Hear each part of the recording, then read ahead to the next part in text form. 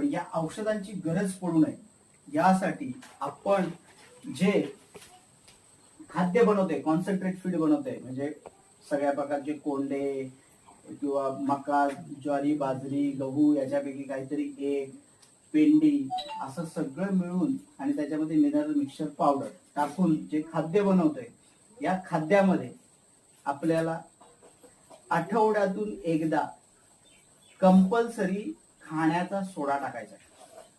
1 kilo खाद्यात कमीत कमी 20 gram ते 30 ग्रॅम खाण्याचा सोडा प्रत्येक आठवड्यातून एक दिवस सोडायचा.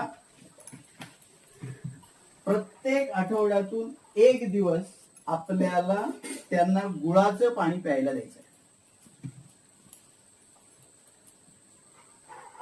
बघा,